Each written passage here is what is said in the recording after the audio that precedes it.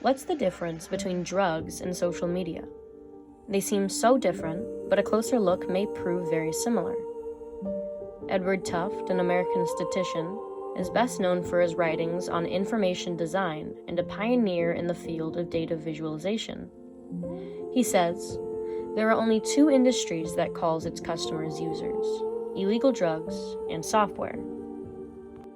It's real. Gilmore discusses that social media can be as addicting as cocaine and heroin.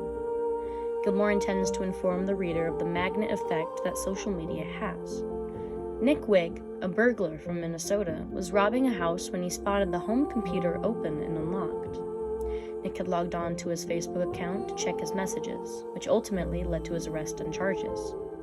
Like most teens, Nick was drawn to his social media like a magnet. Even in such a risky environment and situation, it is nearly impossible to defy addiction. In despair, Kardaras, the director of a mental health clinic and past heroin addict, explains that intense users of technology have shown a continuous fall into a binary pattern of thinking. These users see only extremes and form a lack of empathy. These signs and symptoms leave Kardaras to believe that BPD, aka bipolar disorder, may be an outcome of extensive usage. Kardaras does an excellent job picking out the signs and symptoms of social media users and connecting it to BPD. Knowledge Billings, who published Social Media is Bad for Your Mental Health, introduces two of Facebook's in-house social scientists, David Ginsburg and Moira Burke. These two find that social media can be both damaging, but also beneficial to one's mental health. Although interacting and actively communicating on social media can improve people's well-being, passive consumption actually harms users' moods and mental health. Using experiments and studies, both scientists found that Group A students who were assigned to passively read Facebook for 10 minutes reported worse moods than Group B students who were directed to post and communicate, connected to people's feelings of social isolation. Another study monitored the users who clicked more likes and links on Facebook reported a reduced sense of their mental health.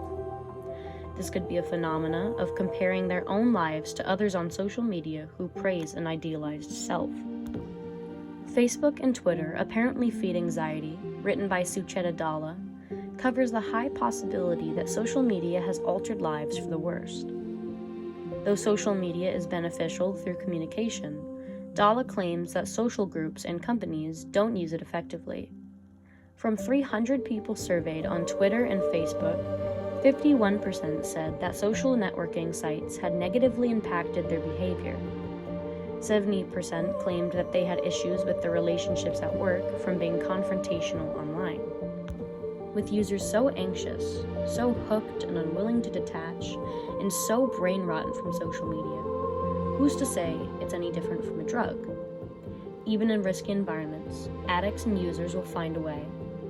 Users have adapted to a one-way thinking mindedness that destroys self-esteem. But how far will it go, and when will it end?